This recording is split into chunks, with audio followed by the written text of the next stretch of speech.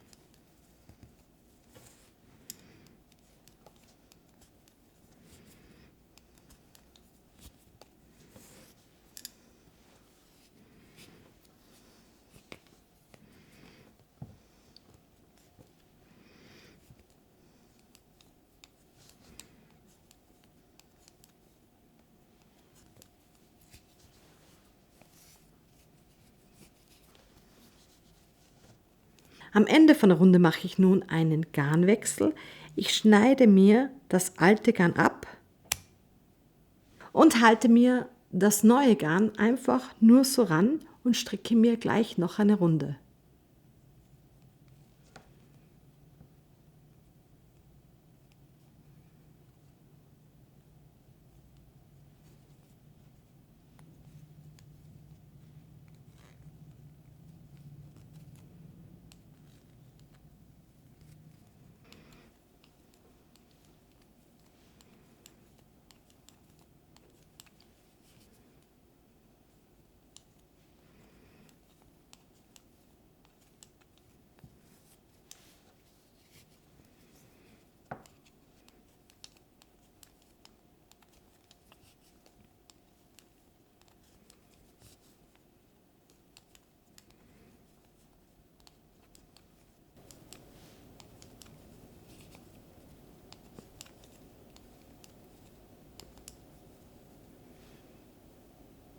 Die Runde ist fertig und jetzt kann ich mir das andere Seil einziehen. Ich hebe mir einfach alle Maschen auf das zweite Seil drauf.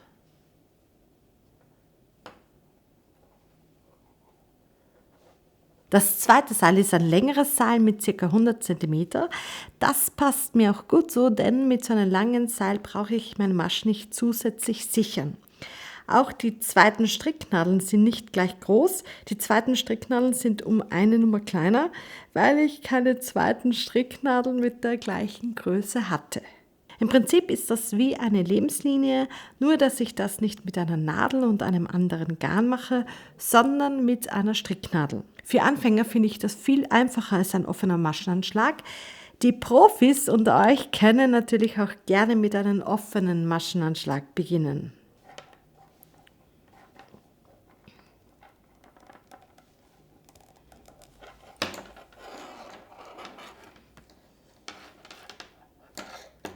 Wenn ich jetzt eine Runde alle Maschen auf dem zweiten Seil habe, kann ich einfach so weiter stricken. Hier merkst du natürlich, dass du ein Seil drauf hast. Aber wie du sehen kannst, lassen sich die Maschen trotzdem flüssig und ohne Probleme stricken.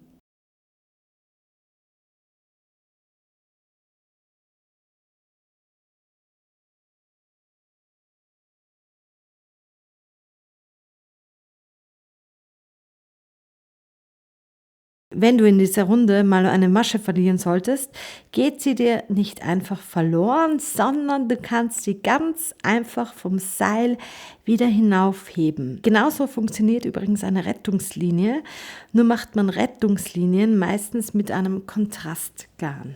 Und bis zum Schluss stricke ich hier rechte Maschen. Also Masche für Masche und Runde für Runde stricke ich nun rechte Maschen. Ich habe für meine Loop circa 2 Wochen gebraucht. Normalerweise brauche ich für so eine Loop wahrscheinlich 2 bis 3 Tage. Der Grund, warum ich diesmal länger gebraucht habe, heißt Really. Really ist eine App, mit der man verschiedenste Magazine oder Zeitungen lesen kann. Und damit meine ich nicht nur 2 bis 3 verschiedene, sondern Tausende. Es hat mir einfach so gut getan, mich mit anderen Dingen zu beschäftigen und mir dadurch unzählige Inspirationen holen zu können. Es gibt hier nämlich auch ganz viele kreative Zeitschriften. Super praktisch finde ich, dass ich meine Lieblingszeitschriften nicht nur am Computer oder Tablet lesen kann, sondern auch wenn ich einmal eine Wartezeit habe, kann ich die ganzen Zeitschriften mit Really auch auf meinem Handy lesen. Ich kann mir sogar die Zeitschriften runterladen und offline lesen. Das ist nicht nur umweltfreundlich, sondern auch super praktisch, denn mit meinem Tablet habe ich unterwegs kein Internet. Und nun verrate ich euch, womit ich meine letzten 2 Wochen so verbracht habe. Ich zeige euch jetzt einmal meine Lieblingskategorien und ich bin mir ziemlich sicher, dass das auch für den einen oder anderen etwas ist. Diese Zeitschrift lese ich gerade, aber ich lese nicht die aktuelle Ausgabe, sondern die vom März. Das finde ich nämlich auch ganz, ganz toll an Really, dass man auch die älteren Ausgaben lesen kann. Und auch letztes Wochenende bin ich auf unserem sonnigen Balkon gesessen und habe mir die vorletzte für Sie durchgeblättert. Mit Really ist das alles mit einer ganz einfachen Fingerbewegung möglich. Also, schaut selber mal bei Really vorbei. Ich stelle euch den Link zu Really in die Videobeschreibung. Im ersten Monat kostet euch das übrigens nur 99 Cent und es gibt hier keine Verpflichtungen und man kann jederzeit einfach kündigen. Ich finde, das ist ein richtig tolles Angebot. Ich habe in der Zwischenzeit etwas weiter gestrickt und jetzt werde ich mir meinen Anfang aufschneiden. Diesen Schritt kannst du natürlich auch erst dann machen, wenn der Loop lang genug ist. Aber da ich jetzt schon die Kamera aufgebaut habe und auch das Licht wunderbar passt, zeige ich es dir jetzt schon. Ich nehme mir jetzt einfach die Schere und schneide den Maschenanschlag ab.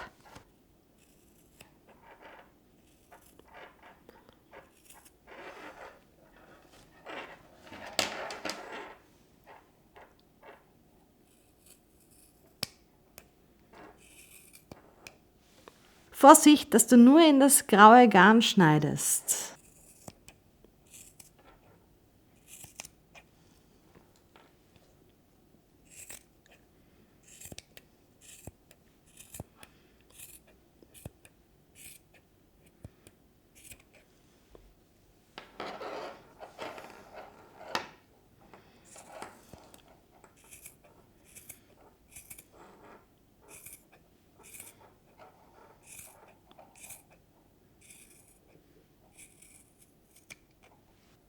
Jetzt kann ich das graue Garn rausziehen und auf der zweiten Nadel bleibt nur mal die Agavefarbe. Ich habe hier jetzt einen offenen Anfang und könnte theoretisch in beide Richtungen weiter stricken, aber das brauche ich bei diesem Projekt jetzt nicht. Ich stricke einfach mit meiner Hauptstricknadel weiter, bis mein Loop dann lang genug ist.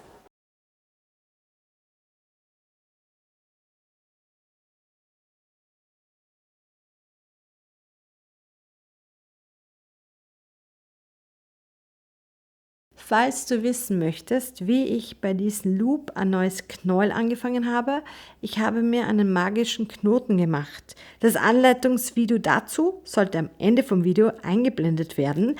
Außerdem verlinke ich dir das natürlich auch in der Videobeschreibung. Mein Loop misst jetzt 1,30 Meter. Das ist ein eher kleinerer Loop. Er passt zweimal um einen schlanken Hals. Du kannst deinen Loop aber auch länger machen. Ich stricke meine Loops meistens zwischen 1,30 Meter und 1,80 Meter. Das hängt davon ab, wer ihn bekommt, wie man ihn tragen möchte und auch von der Dicke des Garns. Und jetzt kommt der letzte Schritt, das Zusammennähen. Den letzten Schritt machst du am besten bei gutem Licht, denn hier muss man recht genau arbeiten. Ich mache das jetzt mit einem Kontrastgarn. Das ist das gleiche Garn, nur in einer anderen Farbe. Mit einer anderen Farbe ist es nicht nur ein reizendes Extra-Detail, sondern es passieren mir mit einer anderen Farbe auch nicht so leicht Fehler. Ich schneide mir das Garn ab. Und dann gebe ich einen neuen Faden in meine Wollnadel und schaue, dass der Loop nicht verdreht ist. Also ich richte ihn mir einfach zurecht. Wenn du aber einen verdrehten Loop haben möchtest, dann kannst du es natürlich auch so machen. Das Zusammennähen ist wirklich super einfach, es sei denn, du verwechselst gerne rechts und links. Dann musst du hier ganz genau aufpassen. Hier ist mein Garnende, das werde ich erst ganz zum Schluss verknoten. Die untere Nadel. Ich gehe einmal nach rechts, lasse die Masche fallen. Dann gehe ich einmal mit der Nadel nach links. Jetzt kommt die obere Nadel dran. Auch hier lasse ich das Garnende einfach so hängen und verknote es später. Die obere Nadel. Ich gehe einmal nach links, lasse die Masche fallen. Dann gehe ich einmal mit der Nadel nach rechts. Und das war es schon. Das mache ich weiter so bis zum Ende der Runde. Also auf der unteren Nadel nach rechts,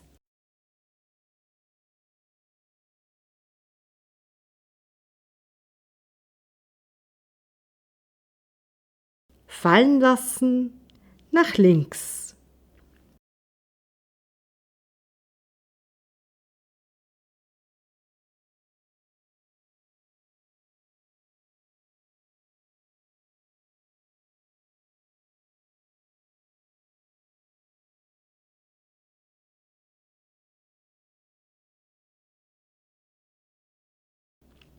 Auf der oberen Nadel nach links,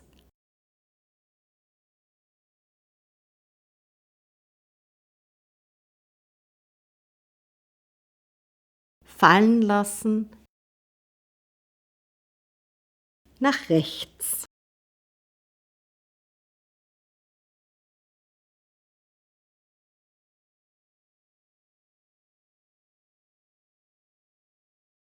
Das Garn nachziehen.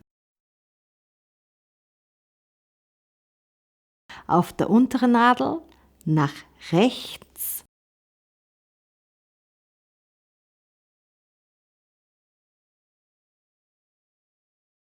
fallen lassen, nach links,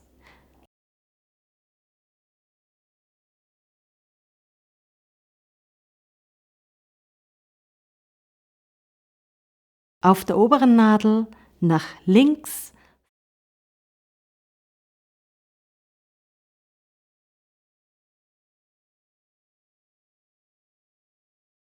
fallen lassen, nach rechts.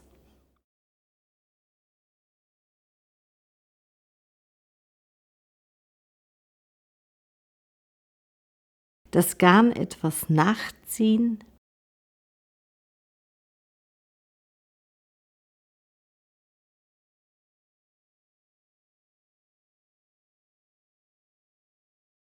Auf der unteren Nadel nach rechts, fallen lassen, nach links.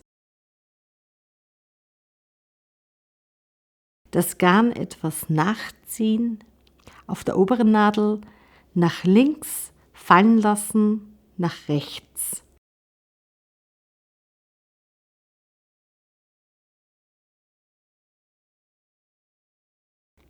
Das Garn etwas nachziehen. Wenn dir zwischendurch auffällt, dass dir mittendrin die ein oder andere Masche zu klein oder zu groß geworden ist, dann kann man das im Nachhinein noch wunderbar nachziehen. Einfach an jedem Beinchen ziehen, bis deine Maschen passen, wie sie sind.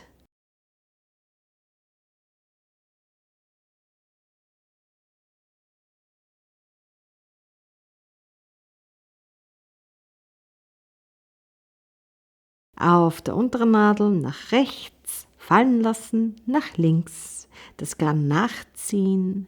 Auf der oberen Nadel nach links, fallen lassen, nach rechts. Das Garn etwas nachziehen. Solltest du dir jetzt unsicher sein, ob du das so hinbekommst oder wenn du totaler Anfänger bist, dann kannst du diesen Maschenstich vorher mal mit 2 kleinen Probestückchen ausprobieren. Ich werde in den nächsten Tagen ein Video hochladen. Auch diesen Link werde ich dir in die Videobeschreibung schreiben.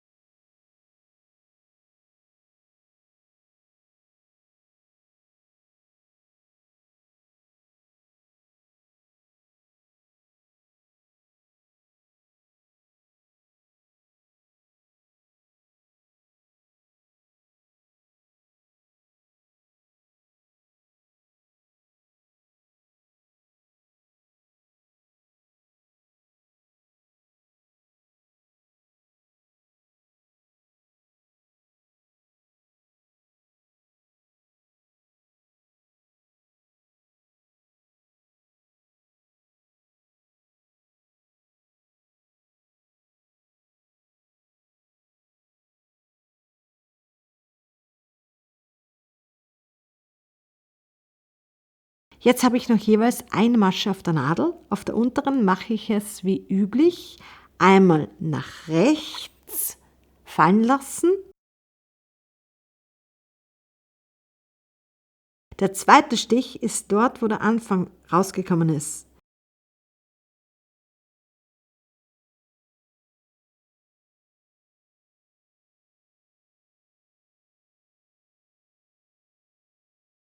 Mir ist leider jetzt die letzte Masche von der oberen Nadel runtergerutscht.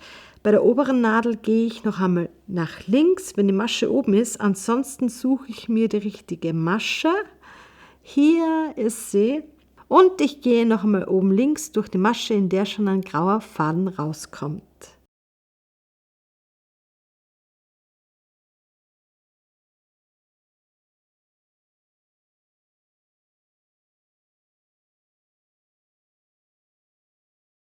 Am Ende muss man hier etwas schummeln. Ich werde die Fäden nun verknoten, nämlich mit einem magischen Knoten. Auch dazu habe ich dir schon einmal ein Video gemacht. Das verlinke ich dir in der Videobeschreibung. Das ist im Prinzip ein doppelter Knoten und in die Mitte gebe ich zusätzlich noch einen kleinen Klecks Kleber drauf, damit mir das ja nicht aufgeht. Die Garnenden bei so einem luftigen Loop kann man nämlich nicht wirklich schön vernähen. Deswegen mache ich das eben mit einem Knoten.